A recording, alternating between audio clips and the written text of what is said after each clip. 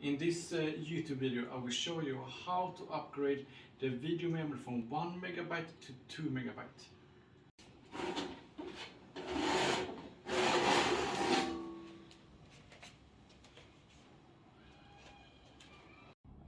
This is the memory slots.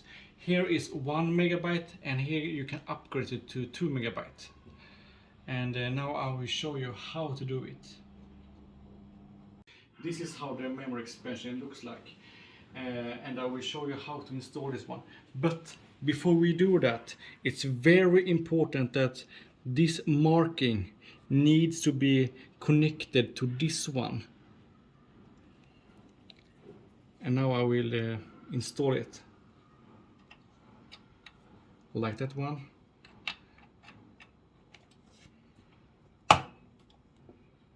The first one is in place. Now we will take the second one.